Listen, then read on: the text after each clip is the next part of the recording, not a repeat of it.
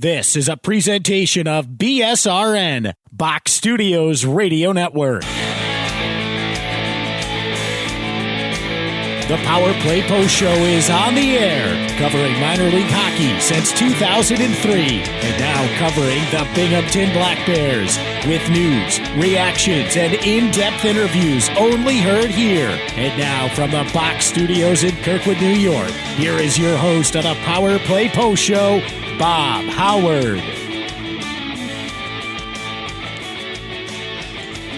And hello, everybody. Welcome to another edition of the Power Play Post Show. This is the show for October 12th, 2023. This is Season 13, Episode 1, in the long-running standing Power Play Post Show, Episode number 386. I'm glad to be here, glad to be back, and glad that Binghamton Hockey is back this Saturday. The team will obviously be playing against the Elmira River Sharks. New team, new name. So we got to go with that. It's not the Elmira Mammoth anymore, but the River Sharks. And I know there are fans out there in Elmira right now, just about 60 miles west of Binghamton, looking for sharks in the river.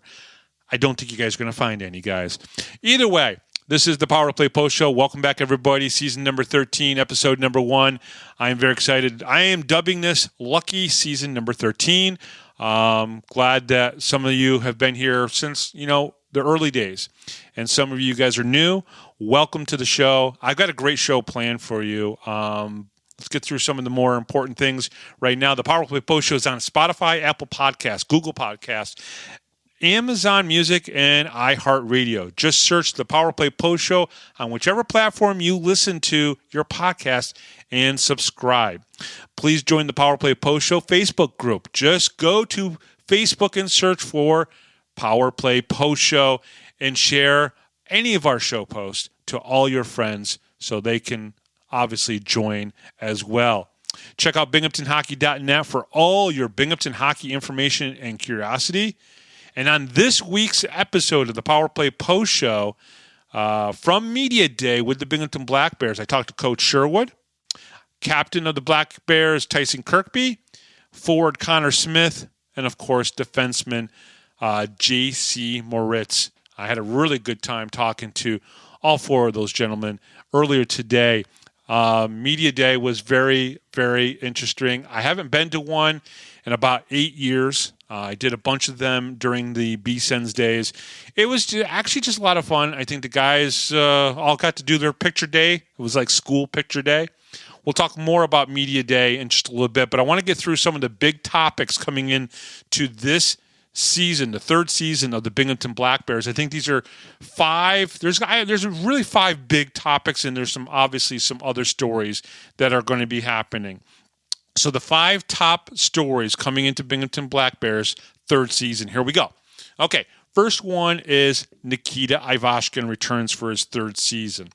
The Binghamton Black Bears announced just this Tuesday that Nikita Ivashkin had re-signed with the team for his third season with the Black Bears. Last season, he played 37 games before he was suspended indefinitely. No reason was ever given for the suspension, but the FPHL lifted the suspension over the summer, opening the possibility for the Black Bears to bring the 23-year-old back, third-year pro, back to the Black Bears. In 93 games, he has scored 91 goals and assisted on 73 others for 164 points. His 91 goals puts him 10th in Binghamton hockey history on the all-time goals list. He's only 4 goals away from 9th place on the list, tying the legend Jean-Yves Roy with 95 goals. He's a legend to some of us Ranger fans and everything. He brings top-notch skating, we all know that, puck handling, and shooting skills to this team. How will his return affect the team? As a lot of people know, he was suspended last year. There were rumors, nothing was made official, there was no police reports, there was nothing to know exactly what happened, okay? Some people out there say they know what happened. I have personally never asked what happened. I've not asked one person. There are people that know. I've had long conversations with Coach Sherwood, through text messages, phone calls, and I've never asked. It's none of my business. It's none of anybody else's business except for the team and the people involved in the situation. How will this affect the team going forward? From what I could tell from Media Day today, it seemed like everything was okay. Everybody was, either he came in and he apologized for whatever happened last year or how it affected the team. Either way, anybody that I spoke to today had pretty good feelings about Nikita Ivashkin. Maybe they don't agree with whatever the situation was. Maybe they have problems. But you know what? We live in a country, and I'm going to say this, and I really want to get this out there. We live in a country where people can have second chances. They can go to prison, get out, and live their lives, and sometimes even make millions of dollars. And I'm not going to compare them to any of the people that have been in either sports or music or whatever. You can paint your own lines and you can point your own fingers and you can kind of connect whatever dots you want.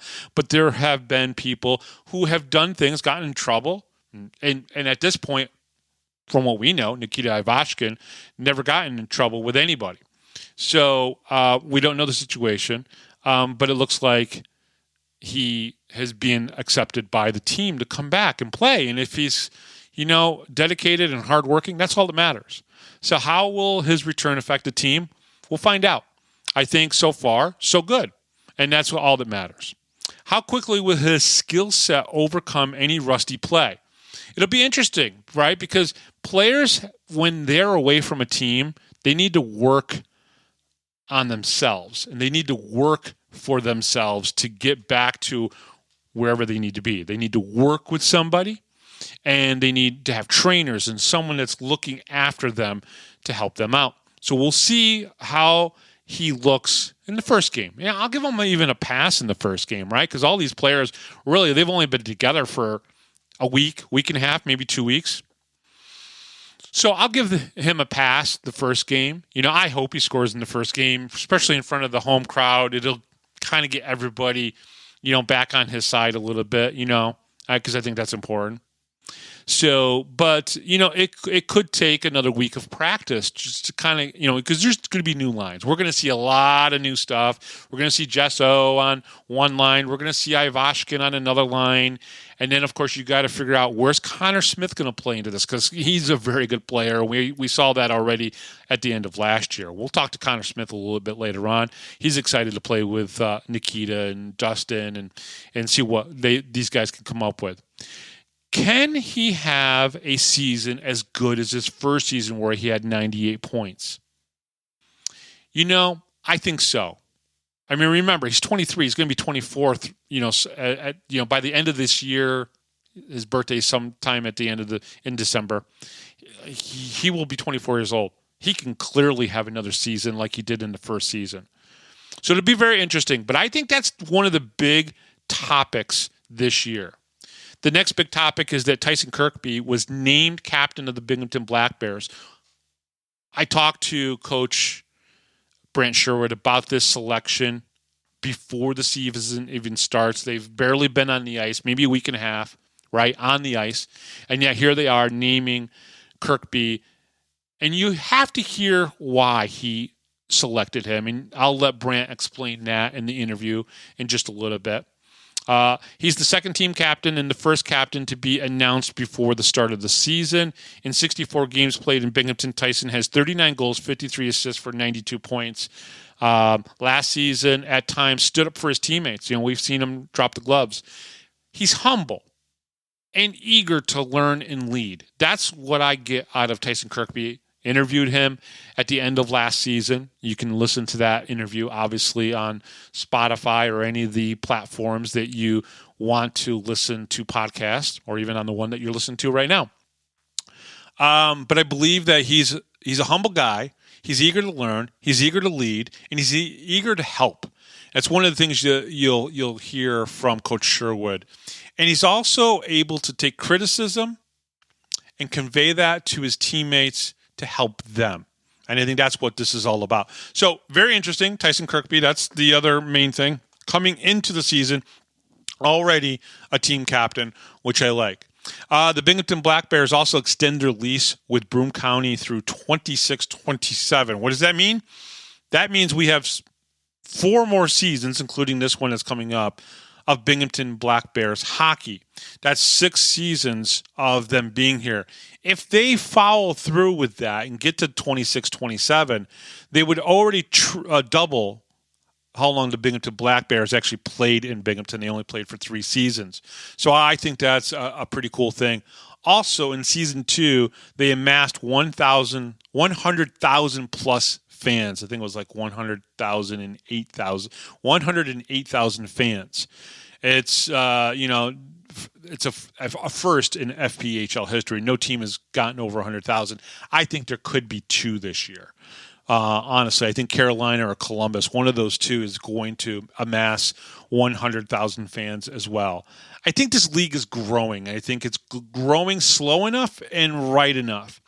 Now, remember, the SPHL has been around for 20 years. I think the ECHL has been around for 40 years, and I think the ECHL is here to stay. It's not like the UHL, which tried to be the AA league, and just I think the way the league was run poorly, and that's why the UHL is not around anymore, and why the ECHL kind of took over that role. I think the SPHL is doing a good job of what they're doing. And the FPHL still needs to clean up some business. We already know that. And I think they're starting to by bringing in some of these former NHL referees to help their officiating. Because I think the biggest problem in this league, there's a couple big problems. One is one guy, Barry Soskin, owns 5 teams or 4 teams, whatever it is. I think it's 5 teams. And that's already 2 or 3 more too many. Okay, so that's one thing. The other thing is the officiating in this league is terrible. You have some skilled players. I think offensively you have some skilled players. Defensively and goaltending-wise, it's difficult because they move up really quick and they move on pretty quick. And this is a developmental league. It's meant for that. But, I'm getting off on a tangent here about that. But, I think they're heading in the right direction. They just got to keep forging ahead. Unlike the UHL, which got into the whole Danbury Trashers type of scenario where that's what the league was all about. And that's unfortunate. And, they missed out because they were in, Binghamton. They were in Elmira. They were in a few good cities that could have really, including Danbury. But unfortunately, they let that Danbury situation get away. Speaking of Danbury, my fourth topic that I think is really big is Dustin Jesseau. Him coming into this, he joins the Black Bears after playing with Danbury the last couple seasons. Last season, he played for Danbury, had 25 goals, 19 assists in 26 games. 2 seasons ago, he had 21 goals, 23 assists in 30 games. Now, what's odd about those 2 seasons and pretty much his whole career, and I'm going to call it like it is, he hasn't finished the season. He has not been able to complete a season. And the kid has game. He has skill. He has the on-ice ability, but something about him is just, he doesn't finish the season. And he has played with Coach Sherwood previously together on the same team. So Sherwood knows a little bit about Jesseau and has an insight. And he's hoping he can help him. And I hope he can help him too, because I think he'd be great for the Binghamton Black Bears and being able to maybe possibly have the right kind of grit on the ice with the right amount of skill and the ability to score, be tough at the same time, and it's important. Ivashkin tried to be tough at times on the ice, and I didn't want him to be. I cringed every time that he dropped the gloves. I realize guys want to stick up for themselves. They want to stick up for their teammates. But Ivashkin, You're a goal scorer. You are a point machine. In some cases, 1.8 points per game. Don't want you getting hurt. Don't want you being involved in stuff like that. Dustin Jesseau is a different type of player. He's a kind of a player that can, when he's on the ice, he can be tough, but at the same time, he's got the skill to back up anything that he says to a player. Any scrap he might get into, he's going to back it up with scoring as well. He is a wild card because he has not played a full season of pro hockey in his pro career. Hopefully that will change.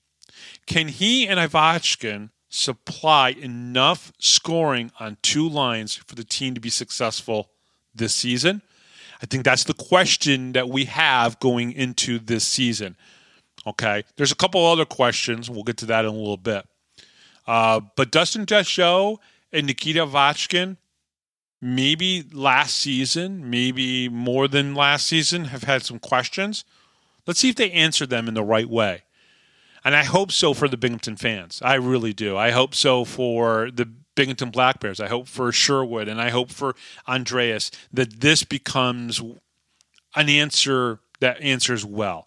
And it's all about Sherwood. How can he communicate and engage with these players? And he thinks that with Tyson Kirkby being able to talk to these players, that there's a good possibility that these guys can have a very good season.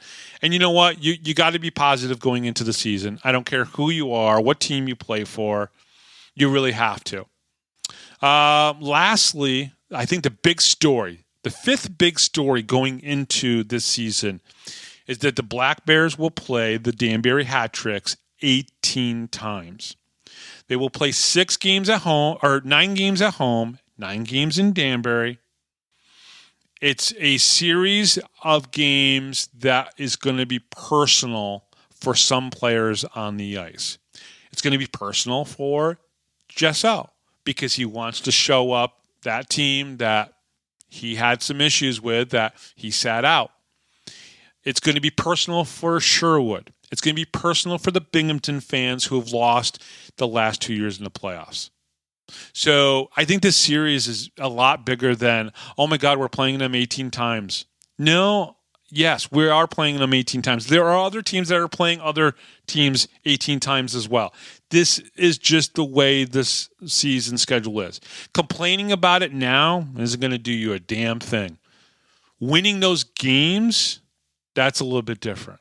And I asked one of the players, you'll hear this a little bit later, how many games do they think they can win against the Danbury Hat Tricks? You'll hear that in a little bit. The Black Bears are 7-11-1 all time against Danbury. So Danbury's definitely had their number. Last year, if you remember correctly, the last 3 games that Black Bears played against Danbury, they played against them very well. And they were starting to get traction on them. Also at the same time, I don't believe Jesseau played in those couple games. Jesseau has been good against the Black Bears. The Danbury Hat Tricks have lost some players this year. Bonell has retired. Bedenabet is not going to be back. A lot of players are not going to be back. I really think that Danbury and Binghamton both will have 2 different rosters than what both teams had last season. Will Jesseau, who played for the Hat Tricks last season, be a factor in games against his former team? This is something that we always look at. You know, when a player leaves Binghamton and comes back and scores against us, it drives us bonkers. Well, hopefully, Dustin Jesseau will do the same thing to the Danbury Hat Tricks. Okay? So that's very important. Normally, the Hat Tricks are a physical team. Okay? Will they get to Ivashkin and other Binghamton scorers, or will the team protect them? This is a concern on my part that the team may not have enough toughness. With Matthew Ballard being called up to the ECHL and being up there, that's one less person. Does JC Moritz start to drop the gloves a little bit more? Does he get involved? Does he get physical? He's a big boy. He's 6'5". You know, people probably don't realize how big he is. He's very big. Will some of the other bigger players stand up and get involved and protect our scorers? Connor Smith, who's a big guy too. I saw him today, stood next to him, was like, "You're a lot taller than I thought you were." He's a big boy. So it'll be interesting to see how we protect our goal scorers against it. It's something I'm a little bit concerned about, but we'll see what happens. Okay, so here are my quick hits. Thoughts on Media Day. I thought Media Day went really great. It was a lot of fun. I talked to 4 different people. I talked to Brooks Hill, which is great, and we're going to have Brooks on next week here on the Power Play Post Show.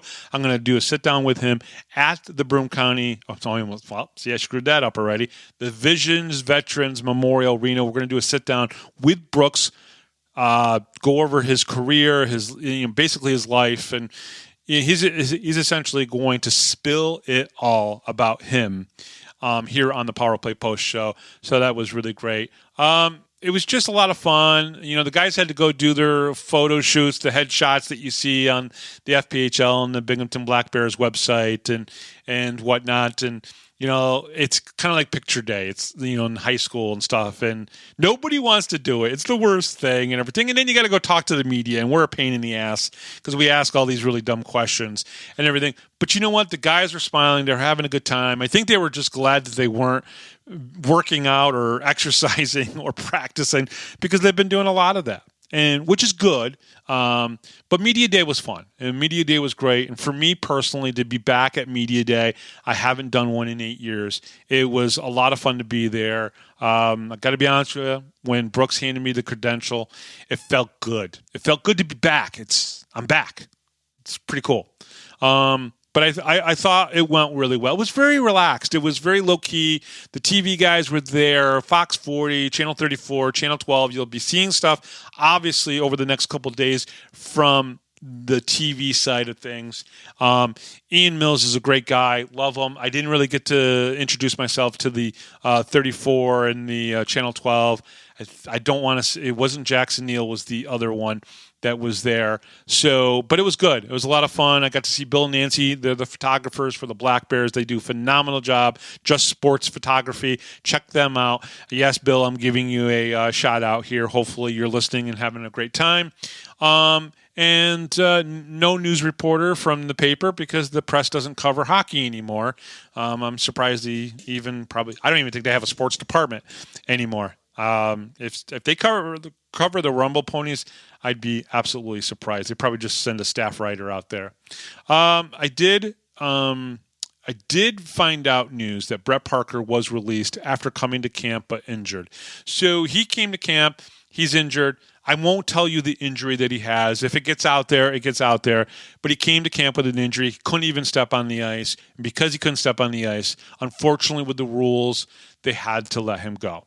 Okay? So that's one of those things. The other thing I really want to bring up is there's no returning goaltender to start the season, as Jeremy Forget could not get a visa to work in the States, as I reported a couple days ago on Facebook. Riley McVeigh has retired from playing to coach, and Taylor Joseph has moved up in the to the SPHL with Peoria, a very good former AHL city with the Peoria Rivermen. So he's with them right at the moment. Now, there's nothing to say that Jeremy Forget figures out the thing. He can come to camp. He can come to the team. They could potentially sign him again, and he could potentially play. And Coach Sherwood told me he's open to that. It depends on how he comes in, how he looks in practice. They can sign him to one of those 4-game contracts, so he could come back, right? Taylor Joseph may not make it up in the SPHL, and he could come back. Although I think Taylor, his work ethic and the way he is, he'd do well. The other thing I want to talk about are the 12 players that are either in the SPHL or the ECHL. I want to thank Gary Ryan for putting this list together and connecting all the dots with the player and the team that they're with. Gary, you do a great job with the Fed League Flash. I have a feeling I might ask you to, get up to Binghamton. We could record a segment or two, which would be really great. Hopefully, you'd be up for something like that. So 12 players that are in the SPHL or the ECHL, thanks to Gary Ryan here. Dakota Bond, Roanoke, SPHL. Matthew Ballard, obviously with Troy Riviere. I probably said that wrong, but that's okay. ECHL. Jamie Bussell is up in Huntsville. Coach Sherwood really liked the one day and maybe one game that he saw Jamie Bussell in before Huntsville called him up and said, hey, we're calling up Jamie Bussell. But if Jamie, doesn't stay up there, and I have a feeling he might, he's welcome here in Binghamton as well. Colin Fitzgerald, Fitzy is up in Huntsville in the SPHL. Taylor Joseph, as I said, is in Peoria. Mac Lewis is in Knoxville in the SPHL. Chad Lopez is getting a shot with the Allen Americans of the ECHL. Michael Mercurio, who I don't think we've ever seen here in Binghamton. He's in Quad City with the SPHL, but Binghamton owns his rights. Quentin Roseboom, a guy, defenseman that we thought we really needed, because he's got some skills. He's in Fayetteville, the SPHL. Jake Schultz, as we all know, is up in Worcester of the ECHL. I hope Jake gets a full season up in the ECHL. I don't know if he was the best choice for coach or for captain. I'm sure he's a great guy. I have no doubt in my mind. He's a great defenseman, good shot and everything. But I really hope he gets that chance up there for a while. Justin Semeraro, Fayetteville, SP. Forward Gavin Yates is up in Knoxville of the SPHL. So you have a lot of guys, 12 players that I think proved themselves this year or last year, and that's why they're getting this chance. There's also something else to think about, fans out there, about these players. One of the things you have to think about here is that the players themselves also are getting moved up, getting these chances because there are more players going back over to Europe. COVID's kind of over with. Players can go back over to Europe, make a little bit more money than they would in the AHL or even the ECHL. So some of those players could go over there. Some players retire, so people move up. It's the whole cyclical part of minor league hockey. The difference between now and 20 years ago is we really didn't have a single level league. 20 years ago, the SP was just starting. The FPHL wasn't even around. And a couple of the other leagues just weren't at the level that these two leagues are. Now, again, granted, the FPHL's still got some work to do. They got some, things to take care of, and they're trying to do that with the officials this season. And everybody's hoping, and trust me, I had a nice conversation with Coach Sherwood, and we talked about this and everything. So I think that's important to note that they are trying to make it better. All right. So we have still a great show for you. Those are the things I wanted to talk about. Obviously, this weekend we're playing against the Elmira River Sharks. If anybody out there is trying to tell you this is what it's going to look like on Saturday, they have no clue. Nobody knows right now, right? I think Elmira's still trying to figure out their team.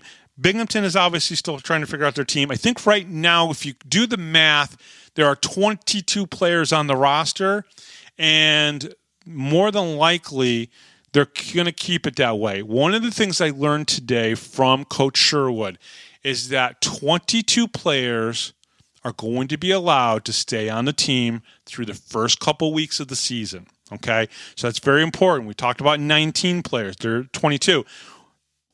Basically, Binghamton's at 22 right now, okay?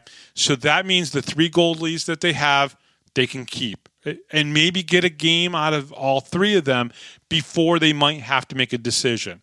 I think the FPHL jumped the gun way too fast by saying, only 19 players per team. And I don't know where that came from. I don't know why they made that decision. It is horrible. How can you run a league?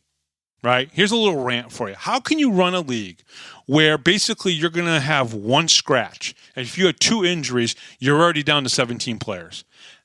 That makes no sense. And that can happen in a weekend. You can have injuries in a weekend. Then you got to try to find somebody who's already been told, nope, you're not going to play. Either they've gone to a different league, or they've gone overseas, or they've gone back home and gotten a full-time job somewhere because they thought their career was over with. So, unfortunately, I think the FPHL is possibly rethinking the whole 19-man roster. If they keep it that way, fine, whatever. I think everybody's in the same boat if you're at 19. But this isn't just a Binghamton thing. This is every single team in this league. I think they're going to find that they could lose one or two players in a weekend, and then they're going to be spending half of their week next week, the next week, looking for players, and nobody wants that. All right, so here's what we're going to do. We're going to end with Coach Sherwood with his interview, but we're going to start off with defenseman JC Moritz. Earlier today, I spoke to him at Media Day, and you guys are listening to this obviously on Thursday, but today on Wednesday, as I'm recording all this all today, because tomorrow is my birthday, so I'm going to kind of take the day off. I'm going to promote the show, but I really wanted to get it out there. So I'm recording everything today. Defenseman JC Moritz will be my first guest here. We're going to talk to him about Delaware. All right, he was on Delaware last year. And the year before that, he played 98 games as a defenseman. That doesn't happen that often in this league, where a defenseman gets 98 games, and that's pretty close to 2 full seasons. Everything. I mean, he played 2 full seasons. But so what I'm saying is when you're playing 56 games in a season, that's 112 games, if I can do my math correctly. And he played 98. He only missed 14 games in 2 full seasons. He's ready to play. He's ready to play for a good team, and we'll talk to him in just a little bit. After that, we'll do forward Connor Smith. We'll talk to the Black Bears captain, Tyson Kirkby, and then we'll end it off with Brant Sherwood. So coming up next here on the Power Play Post Show is Binghamton Black Bears defenseman JC Moritz. We'll be right back right after this, right here on the Power Play Post Show. Hi, this is Don Biggs from the 92-93 Binghamton Rangers. Hi, this is Brandon Buchinski. This is Grady Wittenberg, the voice of the Binghamton Senators, and you're listening to the Power Play Post Show.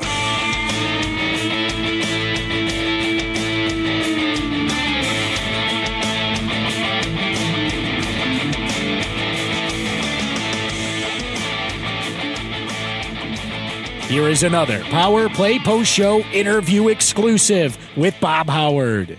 I'm here with JC Moritz of the Binghamton Black Bears, defenseman, formerly with the Delaware Thunder. JC, welcome. Good to have you here and good to talk to you. Yeah, it's great to be here. Happy to talk to you as well. All right. So let's talk a little bit about the last couple of years. You were obviously with the Delaware Thunder. If people looked at the numbers, they would see, a team that kind of struggled on the ice. What were your thoughts about your first, those 2 years? Obviously, you played in Slovakia beforehand and everything, but talk about those 2 years in the Fed. You played a lot of games. I mean, you were a guy that didn't get injured that often, or at least not injuries that would keep you off the ice and everything. But talk a little bit about, those 2 seasons with Delaware, because you played a lot of games for them. Yeah, it was definitely an interesting experience. It's always going to have a special place for me, just because they let me continue my career after the pretty much the world shut down with the pandemic and everything. So always going to have a special place for me. And the fans were great. Just wish we could have won a little bit more. To your point, yeah, I try to be as gutty as I can. Try to play through some stuff that maybe other guys wouldn't. It's just kind of a hockey player mentality, I guess you would say. Absolutely. And, the players themselves, when they go on the ice and they know they're not winning, how tough is it to get through another game where you may not get that win? Because I can only imagine kind of beating yourself up every single time you go out there. You want to win, and things are just not coming through. How tough is that? Well, it kind of depended on where we are. At home, we all wanted to play for the fans. The fans in Delaware were great, and I'm looking forward to being in Binghamton and kind of getting that amplified. Yeah. But on the road, it was definitely tough. You got to get on the bus, you got to take your gear. You're going to the rink, and you just kind of have to compartmentalize.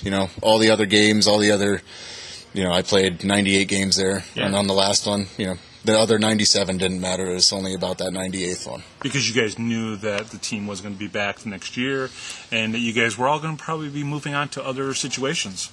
We really didn't know too much about what was going on until the summer. Yeah. Okay. We were kind of, I don't want to say kept in the dark, but, we were still counted on to play. So We all kind of had a feeling towards the end. It was nice to finish off at home. But, we never really knew for sure that the Thunder was not going to be back. Right. So, difference between the visiting locker room here at the arena versus the home locker room at the arena. A little bit nice accommodations over here versus over there, huh? Yeah, I mean, the away locker room here is great, too. So, it's better than some of the home locker rooms probably in other rinks. Well, I can't speak to any other rink besides here in Delaware, but, I mean, if I had that as a setup, the away room here, I wouldn't be mad at it. Yeah. So to come in here and see the facilities, the locker room, and everything that they have set up for the players here, it's amazing. When you look at some of the rinks in the league, some community, some a little bit bigger than this, is it a weird feeling going from one community rink to a bigger rink, or is it just a nice refreshing thing to be in a bigger rink like this? I think it's definitely refreshing. Like I said, the fans in Delaware are crazy. Only 800 fans, but and you could hear them online. They were loud.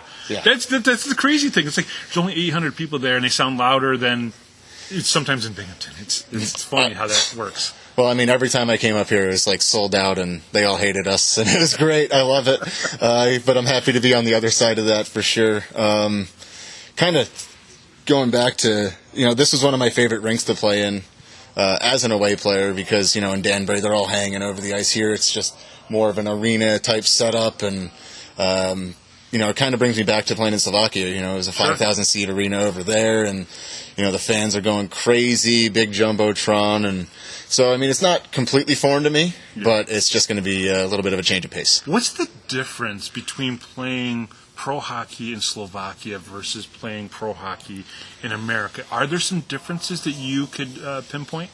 I would say mostly, for me in particular, it's the defensive zone. Okay. There's so much more space over there that I was doing too much when I first got there.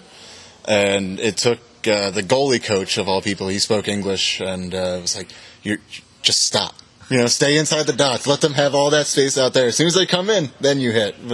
And then after I got the feel of that, started to get a little more ice time and everything. And then, coming back to America, this is obviously a standard NHL-sized rink that we play on. Some of them aren't like that, so it's just kind of getting used to the tighter quarters again. Yeah. What's been camp been like? Obviously, you're now with a new coach, Brant Sherwood and everything.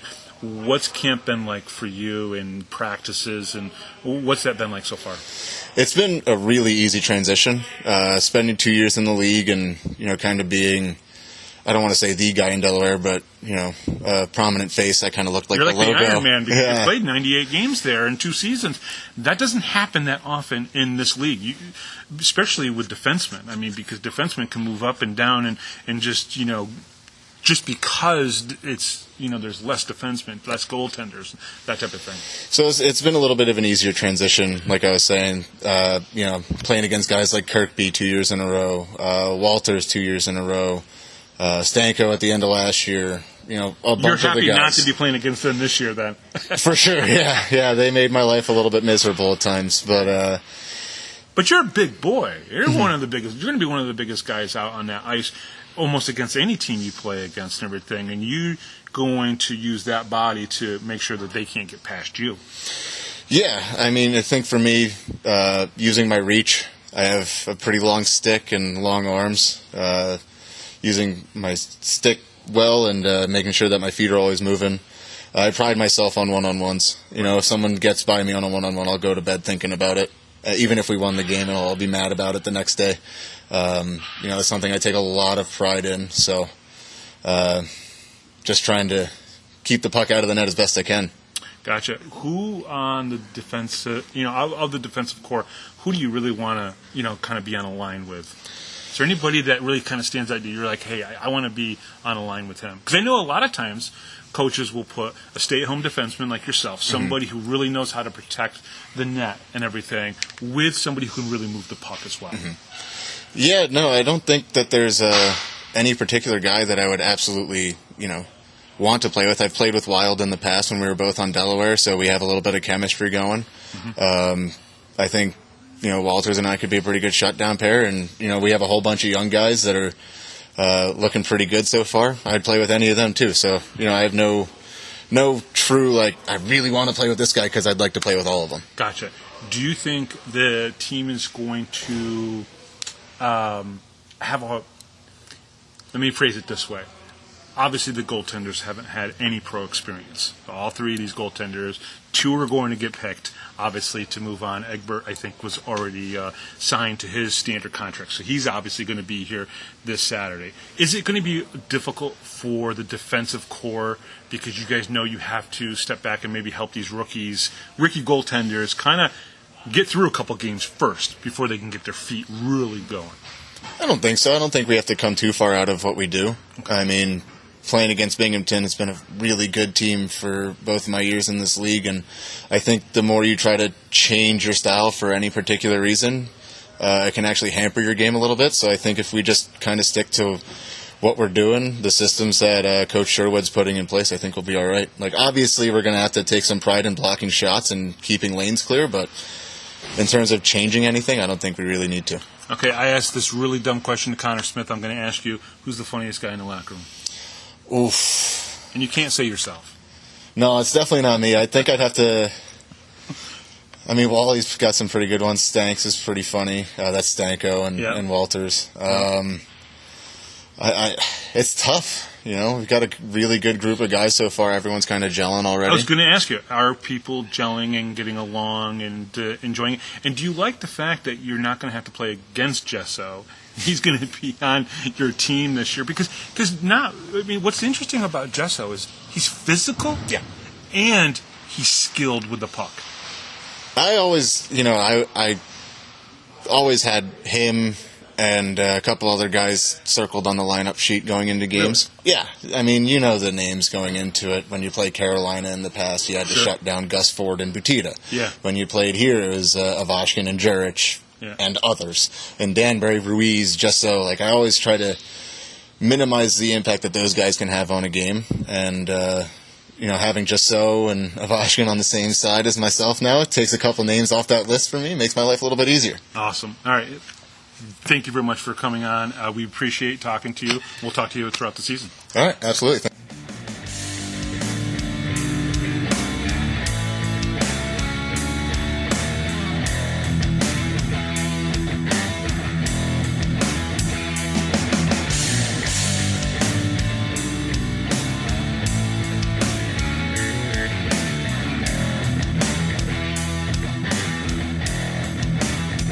If you're a Binghamton hockey fan, then you need to check out binghamtonhockey.net for all your news, stats, information, the Binghamton Hockey Hall of Fame, top 10 lists, profiles, and so much more. That's binghamtonhockey.net.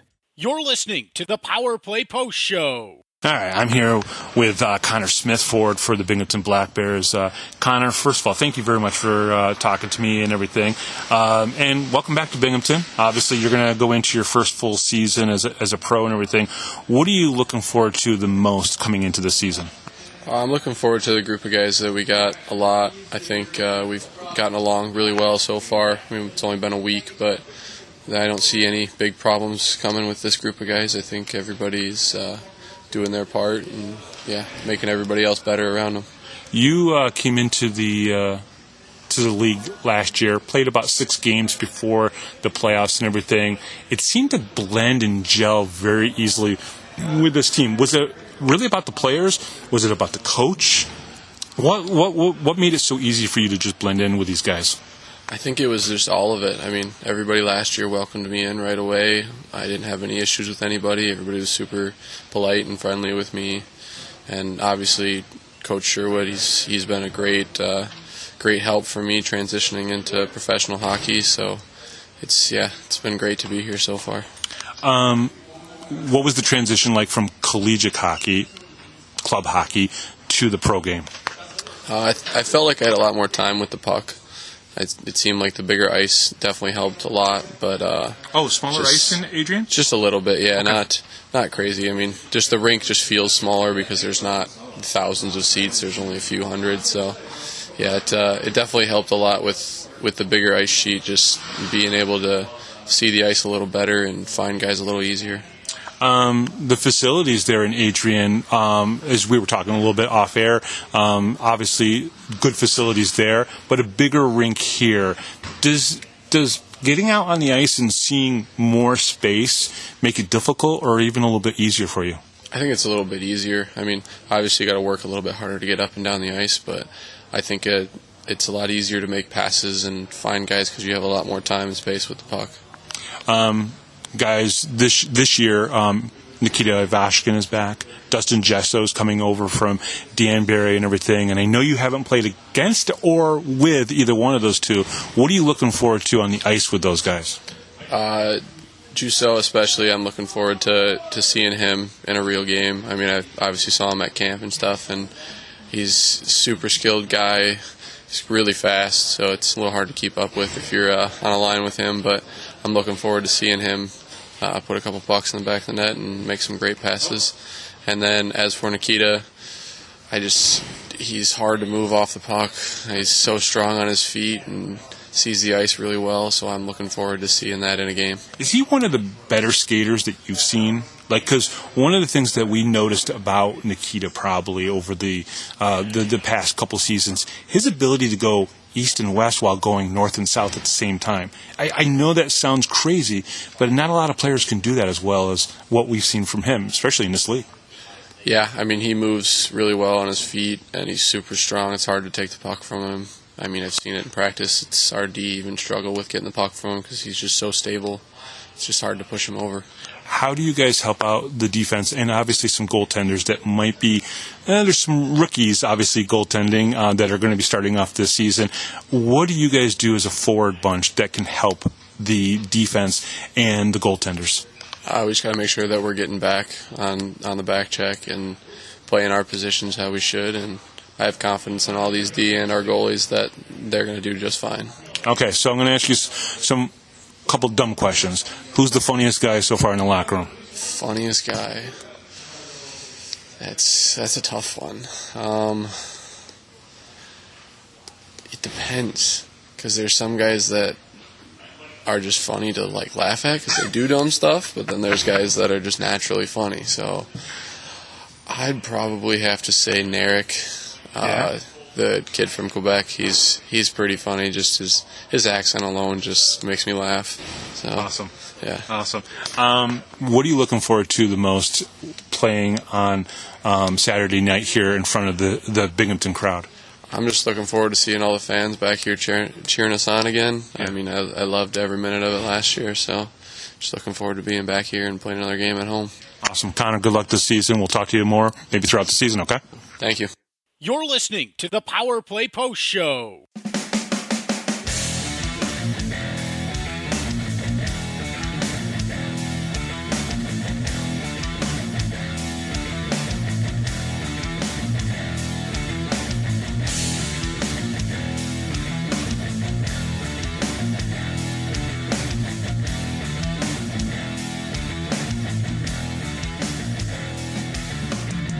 Here is another Power Play Post Show interview exclusive with Bob Howard. Tyson, first of all, congratulations on being named captain. I think this is the first year in the 3 years that they named captain before the season started. So obviously, Coach has a lot of faith in you. You must be pretty excited. Yeah, absolutely. It's a huge honor. I'm very excited to lead this group, and I'm very happy that Sherwood trusts me to do that job. What kind of things did you learn from Jake Schultz last year's captain, and what kind of things did he kind of help teach you to be a leader this year? Yeah, absolutely. I think Jake did a great job last season, leading on the ice for sure. He was, a workhorse for us on the back end. So that hard working effort and showing up every day, coming to the rink ready to go. And I just hope to build off that and show these new guys how to go. Now I know most players maybe don't really care about logos and colors and stuff like that, but the team has come up with some new, threads and a new logo out on center ice and everything. What are your thoughts on that? Yeah, I think it's awesome. I think we were they want to change some things up, give us kind of a fresh start and a fresh look out there. And I think so far all the guys love how they turned out. And the logo at center ice is pretty sharp looking. So I'm excited to play home games here. What kind of things has Brant asked from you to help with the new players coming in or even the returning players? Yeah, I think first and foremost, he just wants me to show these guys the way, lead by example. But behind the scenes, I'm doing a lot more to help out with him and kind of let him focus more on the X's and O's and the coaching decisions. So I've been handling the community service and stuff like that and scheduling all that with the people upstairs in the front office. So I think just making that little change will help Brant have more time to focus on the X's and O's. And, yeah. Is coaching something that you've wanted to get into? Is it something that is like the career after playing? I think it's definitely an option. I think that I have a great mind for the game, and I think that would translate well into a coaching position in the future. And I talked with Brant over the summer, and that's kind of how we got to the player assistant role. That's something I see for myself in the future, and I think it's a great experience to learn from him and help clip video and stuff like that, and just see the ins and outs behind the scenes of being a coach and what it takes.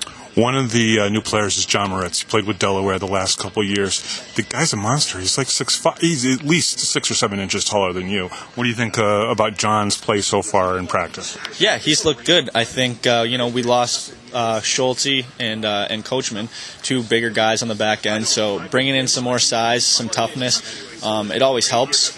He's a guy that's going to go out there and kill penalties for us. He's going to be hard to play against, especially in the D zone, laying the body. So I think it's someone that will help us for sure. Now, obviously, there's a returning player that, a lot of people are going to be talking about, Nikita Ivashkin. His skill is evident. Everybody knows it and everything. What are your thoughts about bringing him back into the fold and, being a member of this team?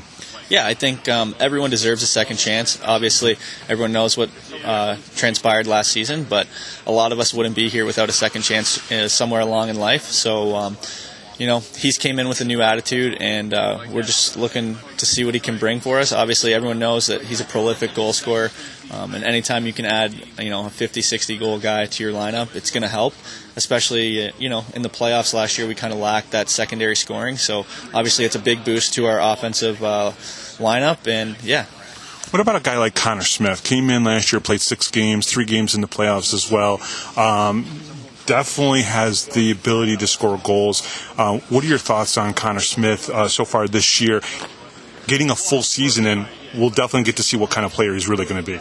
Yeah, for sure. I think anytime, a guy can come out of college and get his feet wet in the pro game, it's going to give you a good chance to set yourself up for success the following season. Like those games at the end of the season, they were against, I think, Elmira and Delaware, but it's good for him to get his feet wet and then, experience playoffs. Like that's huge for a guy. So now he knows what to expect coming to this season, and obviously he knew how to prepare during the off season, and he looks good in camp so far. What are you going to do different this year, being that the first season you were here for like 17 games, something like that, and then the second season you played a full season?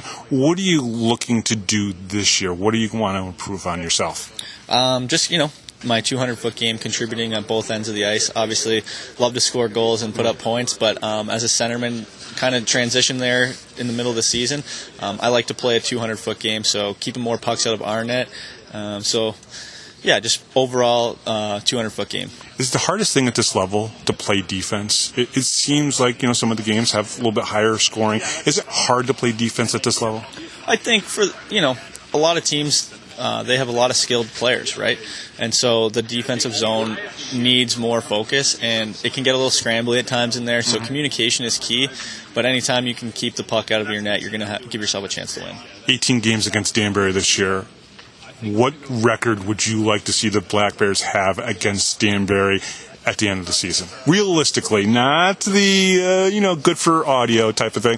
A realistic number. What do you think you guys can do, or what would you like to see the team do against Danbury this year? Yeah, we lost some players, but we replaced them with some really good players. And I see Danbury, they lost a few guys as well. And I think I think the guys that we brought in are hungry, and they're really excited to get going. And I think 12-6 against Danbury, that puts us in a really good spot to set up the first seed in our conference and home ice. One of the guys they lost is Dustin Jesseau, who is here in camp as well. Your thoughts on him so far as a player, because he could really add to that mix where you have maybe you and Nikita on one line, Justin. I mean, there's a lot of scenarios there that could really make this team really potent.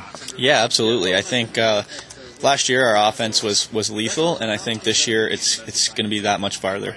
A guy like Dustin, he's very skilled. We saw his numbers in Danbury last year speak for themselves. So, we're just hoping that he steps in and continues to play how he did there and put some pucks in the back of the net for us. Better on this side now of the ice than the other side of the ice, right, for having him here? Yeah, absolutely. He plays a hard game. He's not just a guy that's going to score and shy away from the physicality and stuff like that. He's a guy that gets under guys' skin, and any time a guy can do that and still put up the numbers he does, it's very valuable. Awesome. Thanks. Appreciate it. Hi, this is Don Biggs from the 92-93 Binghamton Rangers. Hi, this is Brandon Buczynski. This is Grady Wittenberg, the voice of the Binghamton Senators, and you're listening to the Power Play Post Show.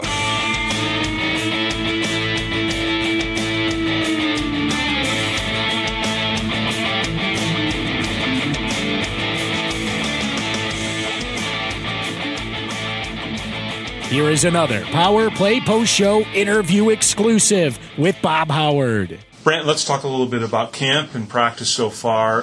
Tell me a little bit about how you think the team is starting to come together. I just think it's highly competitive, so we're having very high-paced practices. It's just pretty intense overall. Guys are competing for spots, whether the goalie position with 3 guys back there, whether it's the D with 7 defensemen all battling for those last couple spots, and the same thing with forwards. Forwards are always looking over their shoulder, and they gotta bring their A game almost every day. So right now I'm happy with the energy in the locker room and on the ice.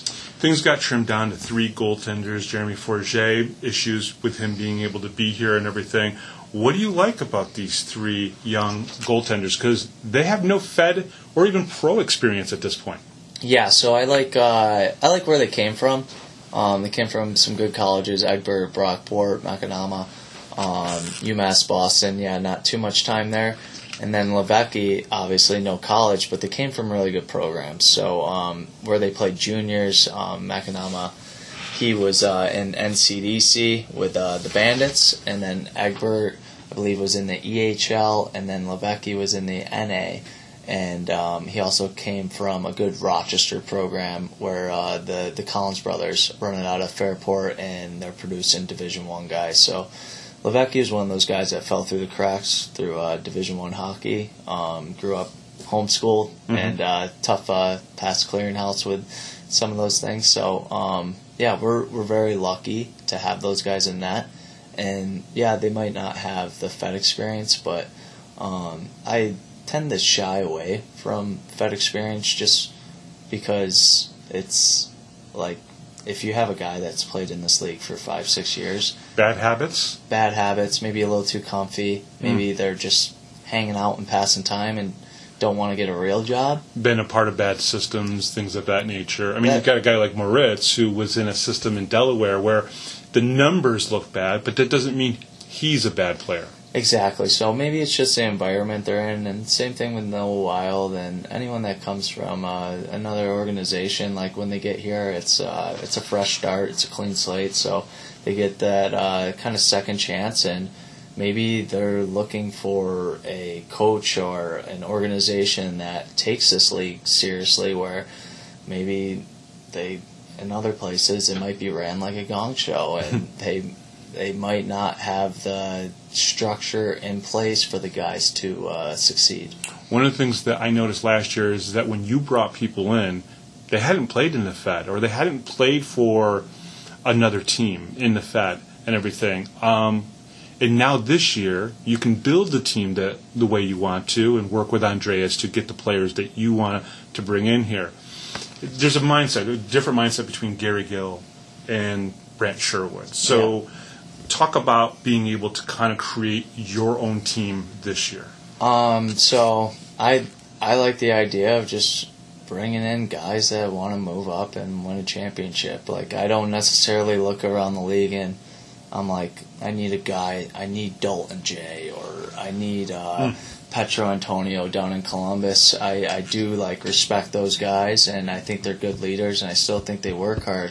But there's something about just, like, a guy that's hungry and wants to make the climb. Sure. And I'll help them do that, whether it's within the year or it's after the season, and we have a successful year. We've seen that this year with how many call-ups, and I think that creates an attractiveness to our place. It's like, hey, if you go to Binghamton, they're going to look out for your best interests. They're gonna keep the players' interests in mind, and at the same time, we're all about winning and winning championships and all that stuff. But ultimately, this is a developmental league. Sure. It's not a hangout league. Like, I really think you should be spending 4 to 5 years max in this league, and if it doesn't happen, it's like kind of like, what are you doing? Yeah, because then you're just prolonging your next career. So we're trying to prepare these guys for the real world, not to play hockey for their entire life, because that's going to end at some point. And I experienced that, like, when I was down in Roanoke. It was I had a tough time transitioning to the work world, but I got it done, and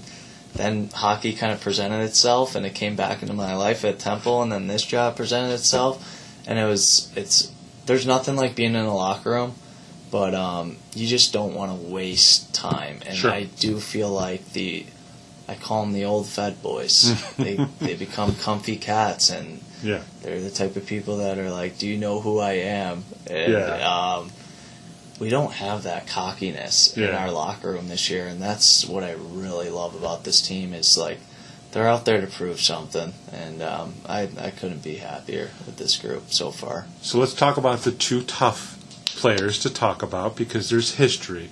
Let's talk about Dustin and Nikita. Obviously, Dustin came from a team, Danbury.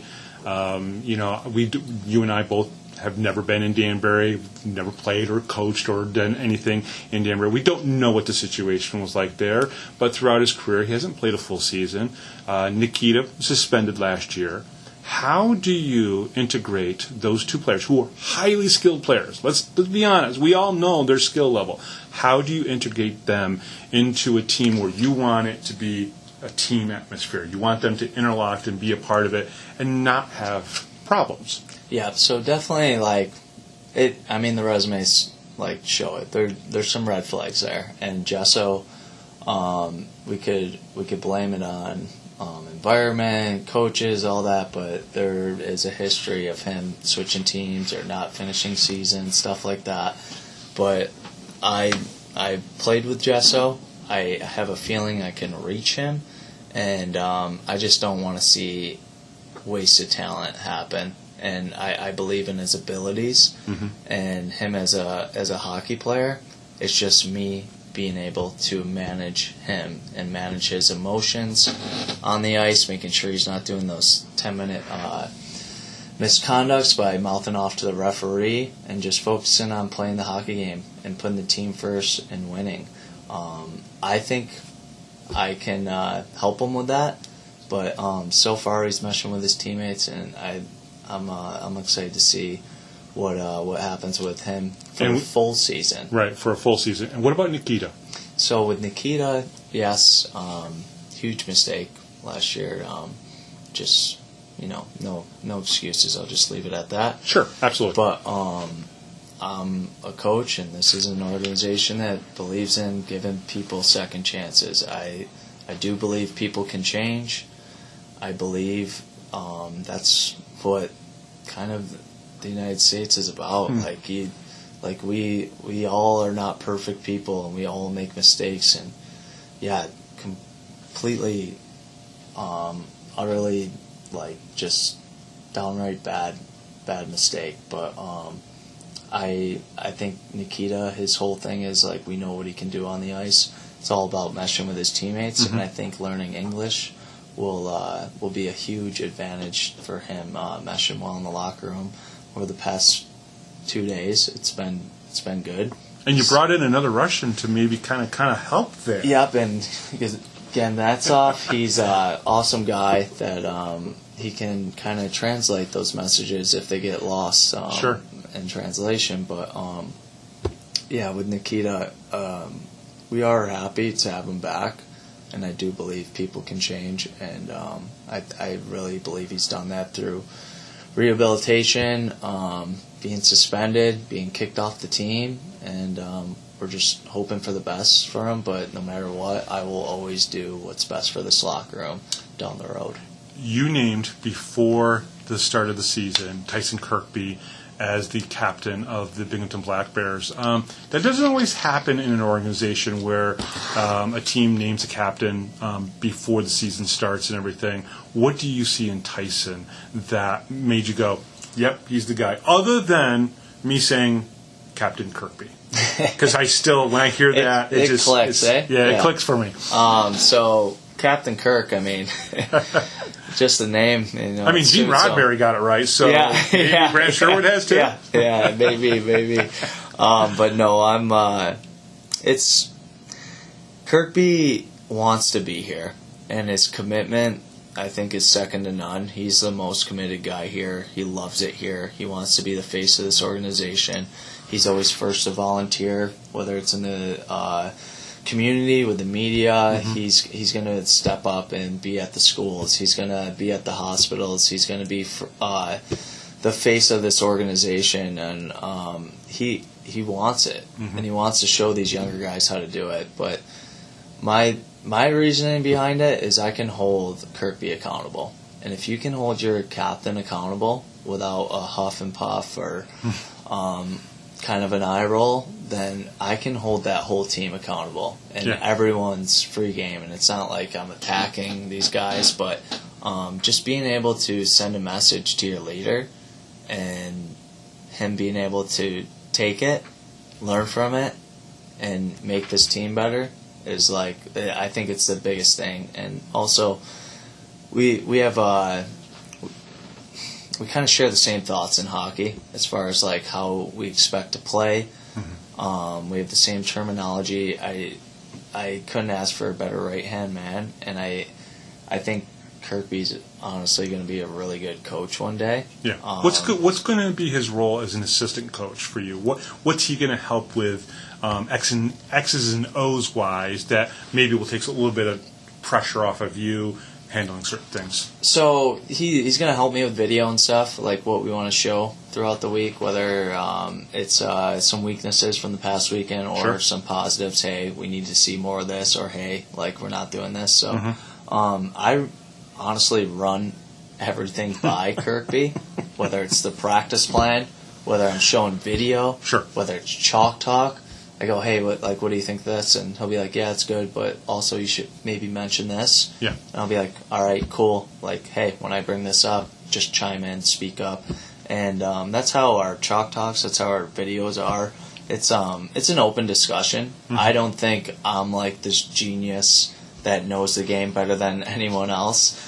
But I want guys to ask questions. I want it to be a free environment where guys can speak up. Hey, coach, I don't understand this, instead of sitting in their stalls all quiet, like worrying about making a mistake.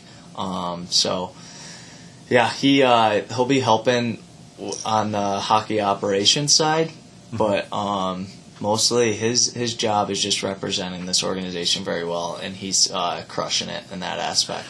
He wears the number 17. There was a 17 that wore the captaincy here in Binghamton for a very long time, Denny ML, right? Guy who played in Rochester, where you're from and everything. You may have watched him on ice up in Rochester and everything. So that number kind of holds some meaning. Who else on this roster is going to be a leader for you? There's a bunch of guys, and we'll start naming some assistant captains soon, but I consider it like a leadership group. There might be guys that might not be wearing a letter, but they are leaders. Right. They just don't have the label.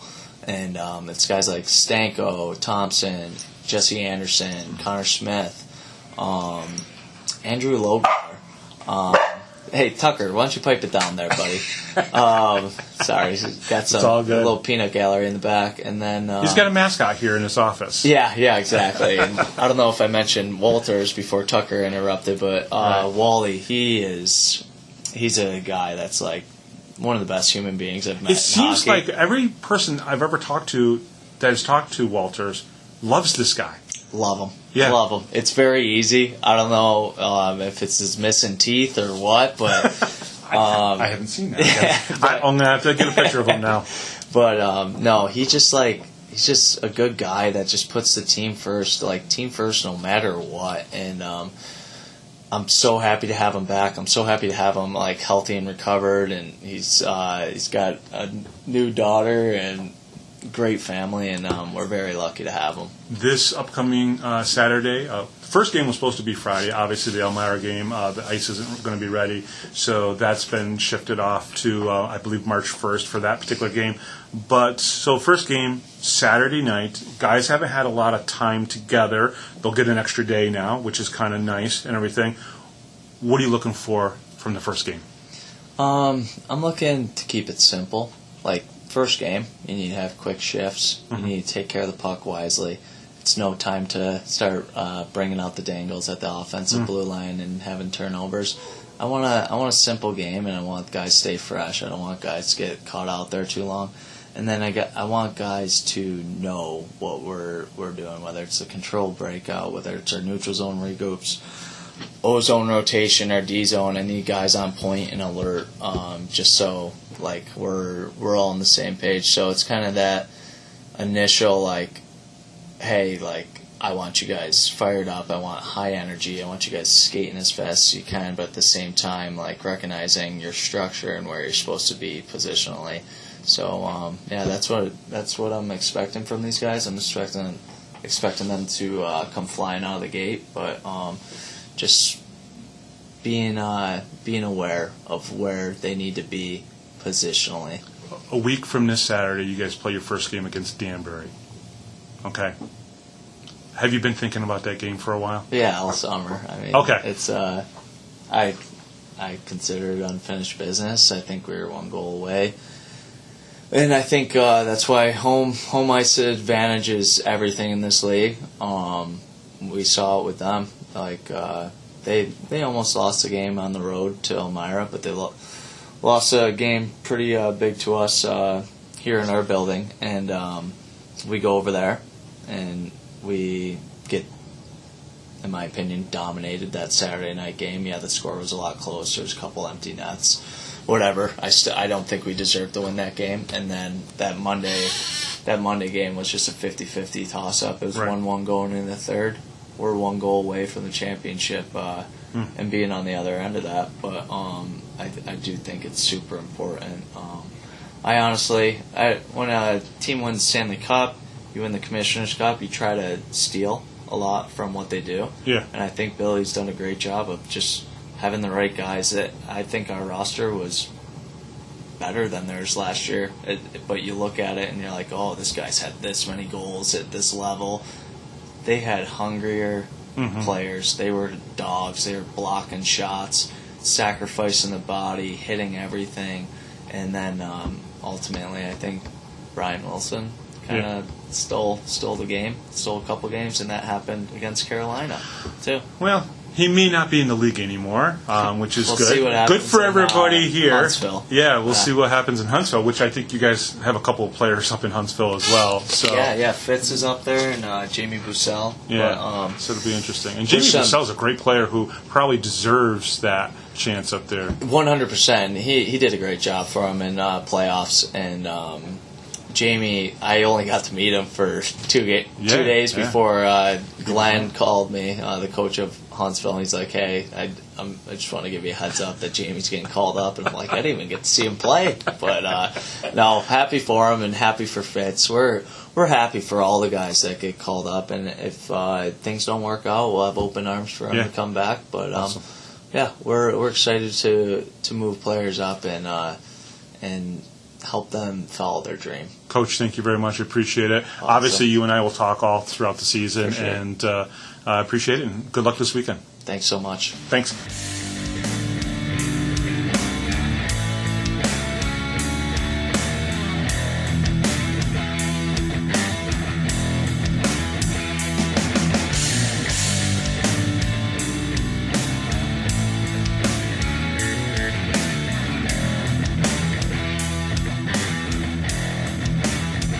If you're a Binghamton hockey fan, then you need to check out binghamtonhockey.net for all your news, stats, information, the Binghamton Hockey Hall of Fame, top 10 lists, profiles, and so much more. That's binghamtonhockey.net. You're listening to the Power Play Post Show. And I want to thank everybody who came on the show this week. I want to thank, first of all, Rob Lepolis, our MC, John Patitucci, our musical director, and, of course, our guest this week, Coach Brant Sherwood, Tyson Kirkby, the captain of the Binghamton Black Bears, Connor Smith, and, of course, JC Moritz. And thank you to all the fans for listening to the Power Play Post Show. Don't forget, you can... the Power Play Post Show is on Spotify, Apple Podcasts, Google Podcasts, Amazon Music, and iHeartRadio. Just search Power Play Post Show on whichever platform you listen to your podcast and subscribe. Please join the Power Play Post Show Facebook group. Just go to Facebook and search for Power Play Post Show and share any of your show posts to all of your friends. Check out binghamtonhockey.net for all your Binghamton hockey information and curiosity. And I want to thank you again for listening to the show. I really appreciate it, and I hope everybody has a great time this weekend at the Binghamton Black Bears as they face off against the Elmira River Sharks. I will have a game recap shortly after that game is over with, and you can always go to binghamtonhockey.net for even the box score of that game and a little mini recap there as well, if that's what you like to do. And it's all mobile friendly and easy to navigate. So thanks everybody again for listening to the Power Play Post Show, and I'll talk to you next time.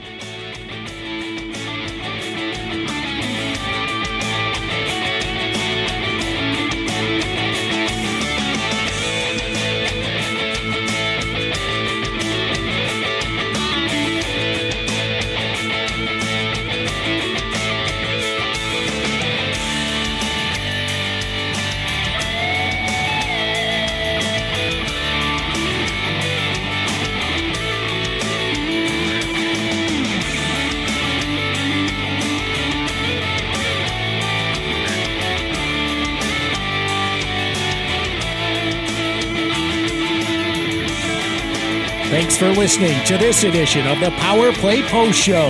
Be sure to tune in next week to the Box Studios Radio Network for all the latest Black Bears news and interviews from around minor league hockey. The Power Play Post Show would like to thank John Patitucci for all the music you hear on the show. You've been listening to the Power Play